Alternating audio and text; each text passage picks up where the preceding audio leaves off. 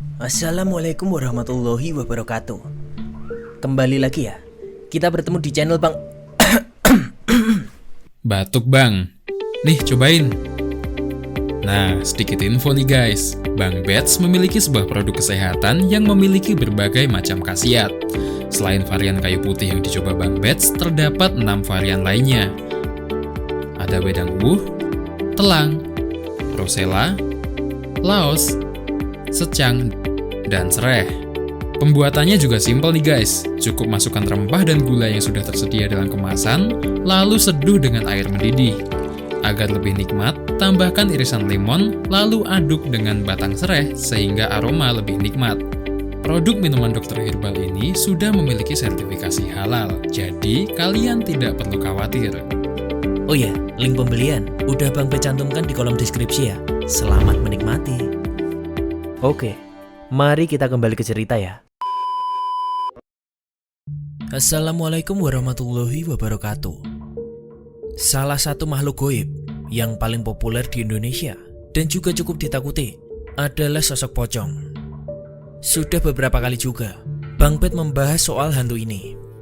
Namun kali ini Bang Bet tidak akan membahas soal hantunya, melainkan sebuah praktik pembuktian yang dijadikan sebagai sumpah terakhir dalam menyelesaikan banyak perkara, terutama untuk masalah-masalah besar, seperti misalnya sengketa, untuk membuktikan jika dirinya tidaklah bersalah. Hal ini cukup populer dan bohong jika kalian belum pernah mendengar tentang istilah ini. Lantas, bagaimanakah konsep sumpah pocong ini? Simak ya, dan selamat datang di channel Bang Bet's Illustration.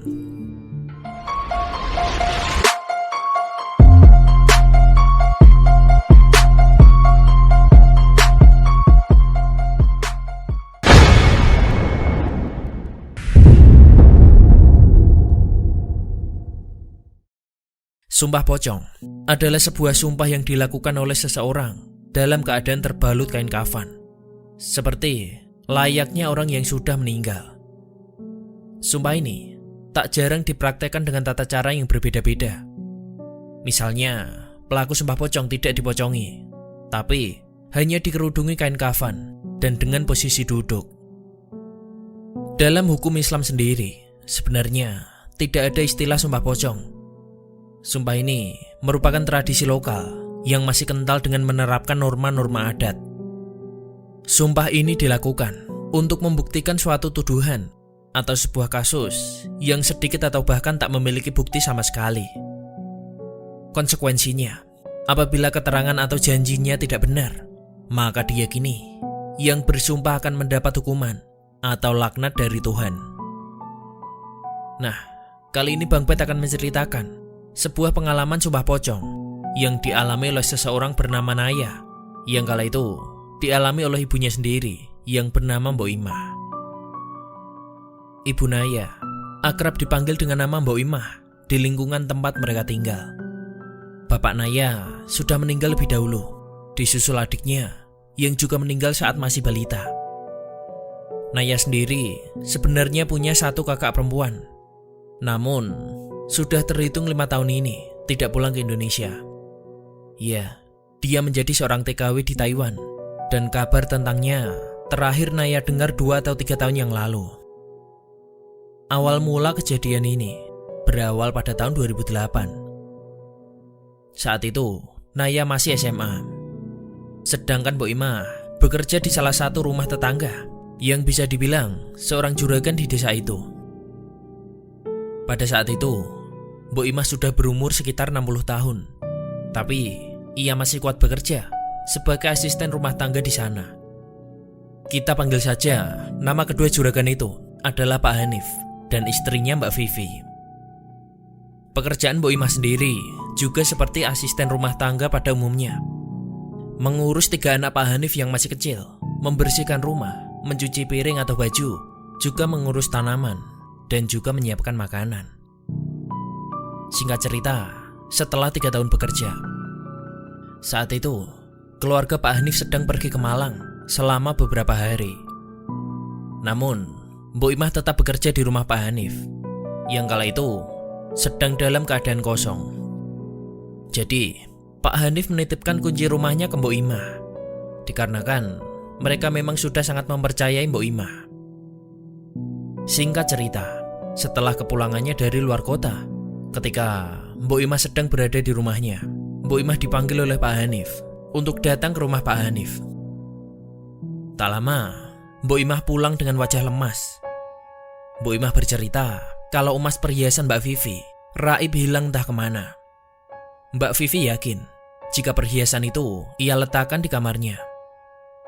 Mbok Imah semakin ketakutan, dikarenakan baru pertama kalinya ia melihat Pak Hanif marah besar dan terlihat kesal sekali di hadapan Mbok Imah. Apalagi emas yang hilang itu adalah emas warisan dari keluarga Pak Hanif.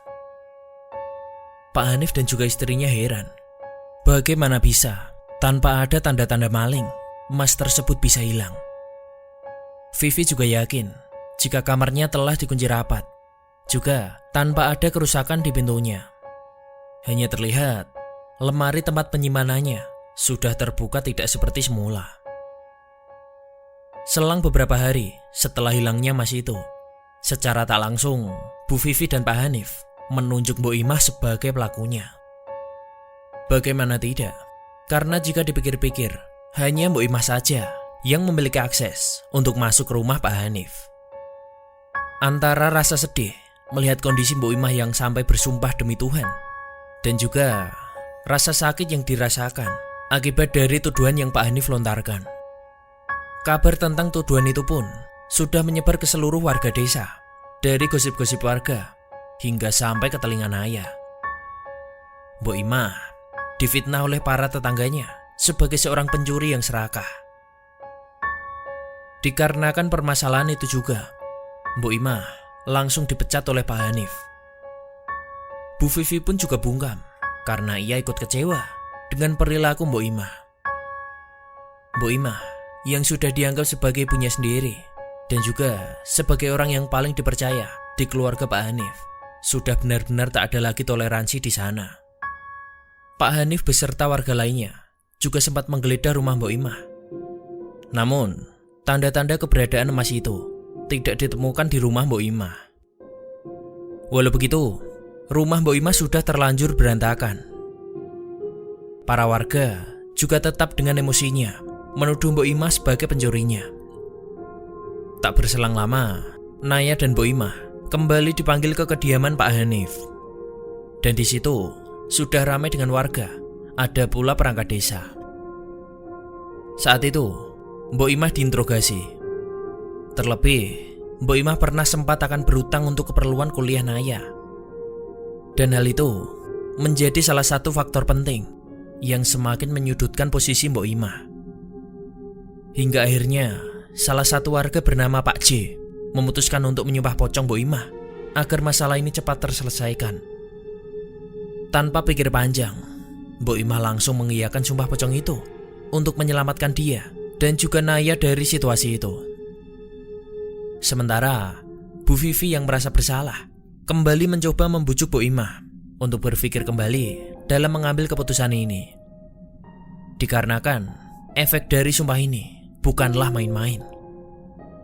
Bu, saya belum tahu secara pasti siapa pelakunya. Saya nggak bisa menyebut pasti jika Mbok Imah lah pelakunya. Tapi mungkin Mbok Imah bisa tahu di mana perhiasan itu berada dan siapa yang sudah mencurinya, Bu. Saya bakal merahasiakan hal ini, termasuk dengan Mas Hanif. Yang penting, perhiasan itu kembali dan pelakunya meminta maaf. Insya Allah, saya akan memaafkan. Dan mungkin, terkait siapa pelakunya, kita bisa merahasiakannya. Dan saya sendiri juga bisa berbohong kepada Mas Hanif, seolah perhiasan itu cuma terselip di lemari, atau bagaimanapun itu bisa saya atur. Saya siap berkorban, Bu, demi kebaikan kita semua, kata Bu Vivi kepada Mbok Imah. Namun di sini, Mbok Imah malah tetap kekeh untuk menjalankan ritual sumpah pocong ini. 2 hari berselang. Akhirnya, prosesi sumpah pocong pun dilaksanakan. Yang tadinya mau digelar di masjid desa, akhirnya jadi pindah ke rumah Pak Hanif Sebab keadaan saat itu tidak memungkinkan. Kasus ini juga sudah menyebar luas hingga menimbulkan kerumunan masyarakat yang ingin menyaksikan. Sore itu, Mbok Imah diperlakukan layaknya sudah meninggal, karena memang begitulah syaratnya. Selepas asar, sekitar 3:30 sore, barulah Mbok Imah dimandikan oleh beberapa perempuan di desa itu, termasuk Naya dan juga Bu Vivi. Kemudian, Mbok Imah dikafani dan direbahkan di keranda yang kemudian diletakkan di dalam masjid. Dengan Pak J yang berperan sebagai saksi netral, dan prosesi ini pun akhirnya dimulai. Di tengah acara, Mbok Imah pun dituntut untuk bersumpah, dan dia pun bersumpah. Saya bersumpah, bukan saya pelaku atas hilangnya perhiasan milik Mbak Vivi. Dan jika saya berbohong, saya siap menanggung apapun resiko dan akibat dari sumpah pocong ini, ucap Mbok Imah. Singkat cerita, prosesi itu pun selesai. Naya dan Vivi membukakan kain kafan Mbok Imah. Kemudian semua warga kembali pulang ke rumah masing-masing. Sebelum itu, Pak J sempat menitipkan secari kertas yang berisi nomor ponselnya untuk berjaga-jaga jika ada masalah apapun. Tentunya masalah yang bersangkutan dengan hal spiritual. Pak J juga menitip pesan agar Naya segera menghubunginya jika terjadi sesuatu kepada ibunya. Beberapa hari setelah itu, Mbok Imah pun mencari kerja di sebuah pabrik tahu, dan ia pun juga mulai bekerja sejak hari itu. Singkat cerita, setelah beberapa hari bekerja, Mbok Imah mulai menunjukkan gelagat aneh. Mbok Imah sering terlihat melamun dengan pandangan yang kosong. Hingga suatu hari, ketika Naya pulang sekolah, ia berniat menjemput sang ibu di pabrik tempat ia bekerja. Namun, ketika ditanyakan ke orang pabrik, para pekerja berkata jika Mbok Imah sudah pulang. Akhirnya, Naya pun pulang ke rumah. Sesampainya di rumah, ia mendapati ibunya sedang tertidur. Namun anehnya, sang ibu tertidur dalam posisi terlentang dengan tangan berada di dada. Naya merasa aneh, karena baru kali ini ia melihat sang ibu tidur dengan posisi seperti itu. Bulu kuduk Naya tiba-tiba berdiri. Namun, ia berusaha untuk tetap positif dan memutuskan untuk tidur di ruang tamu. Tak berselang lama, ia pun terbangun dan mengecek keadaan ibunya. Ia mendapati tubuh sang ibu sudah miring ke arah kiblat dengan posisi yang sama. Tak mau banyak berprasangka, Naya lantas kembali ke ruang tamu dan tidur lagi. Saat tidur inilah ia bermimpi buruk tentang ibunya. Ia pun terbangun, namun melihat ibunya tengah melakukan sholat tahajud. Karena merasa lega, ia pun kembali tidur. Namun, mimpi buruk kembali melanda. Saat itu ia bermimpi, ia melihat sang ibu sudah berwujud pocong dan berdiri di pojok ruangan mengamati dirinya. Di dalam mimpinya, ia melihat sang ibu menangis dan berusaha mengucapkan sesuatu, namun seperti tertahan. Dan akibat mimpi itu, Naya pun kembali terbangun. Dan ketika ia mengecek ibunya untuk yang kesekian kalinya, ia mendapati jika tubuh sang ibu sudah terbujur kaku. Ia mencoba membangunkan ibunya, namun tak ada respon. Karena itu, ia langsung menghubungi Pak J yang sempat memberikan nomor HP-nya, dan juga menghubungi keluarga Pak Hanif. Tak lama, Pak Hanif, Bu Vivi, dan juga Pak J juga ditemani oleh warga lainnya datang ke rumah Naya. "Ibumu sudah nggak ada, nak," ucap Pak J. Kaget mendengar hal itu, Naya pun tiba-tiba pingsan. Paginya, ketika Naya terbangun, di hadapannya sudah ramai orang.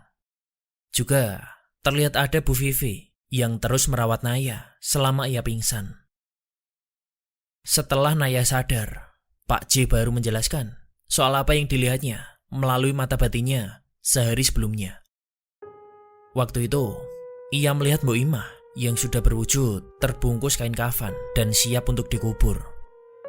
Ditambah, fisik Mbok Imah juga betul-betul sudah menyerupai pocong dengan wajah yang putih pucat. Mbok Imah pun dimakamkan juga pada sore itu, yang semuanya diurus oleh keluarga Pak Hanif dan juga Bu Vivi.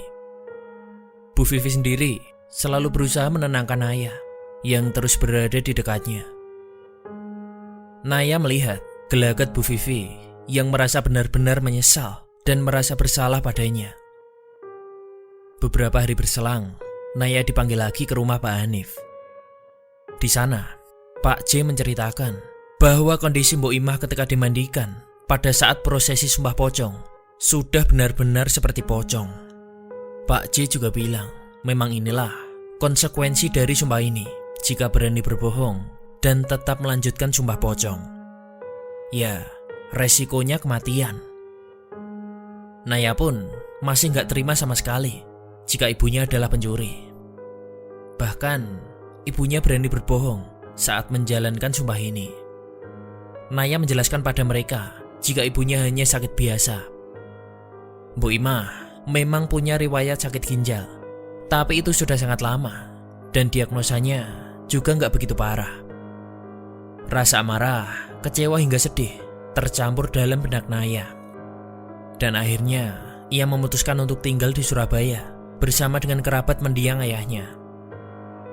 Sebelum pindah, saat membereskan rumahnya, tepatnya di lemari dapur, Naya mendapati sebuah kantong plastik yang berisikan banyak perhiasan. Naya pun kaget dan menduga jika itu adalah perhiasan Bu Vivi yang telah dicuri oleh sang ibu. Kaget dengan penemuan itu, Naya pun langsung menuju ke rumah Pak Hanif dan menanyakan soal perhiasan itu. Dan ternyata betul, itu adalah perhiasan milik Bu Vivi. Ada lagi mbak yang hilang. Siapa tahu ibuku sudah menjualnya. Nanti biar aku gantikan lagi, tanya Naya memastikan. Dan mau tahu juga ada berapa banyak yang sudah hilang, tanya Naya. Gak perlu Naya, cuma ini aja kok yang hilang, jawab Bu Vivi dengan entengnya. Lagi-lagi Naya berpikir, cuma ini yang membuat nyawa ibunya melayang. Di jalan pergi menuju Surabaya, hati Naya berkecambuk. Mencuri bukanlah hal yang dibenarkan, tapi Naya gak habis pikir jika alasan ibunya mencuri hanya untuk biaya kuliahnya, bukan untuk kekayaan ataupun kepuasan. Sekian cerita yang bisa Bang Bet sampaikan. Apapun alasannya, dan bahkan untuk sebaik apapun tujuannya, mencuri merupakan hal yang tak dapat dibenarkan. Mari kita ambil nilai dan pesan positif dari kisah Naya dan juga Mbok Imah, agar kita semua bisa lebih bertakwa dan juga menambah iman kita jika ada yang jauh lebih besar dan jauh lebih hebat dari kita. Terima kasih sudah menonton, dan wassalamualaikum warahmatullahi wabarakatuh.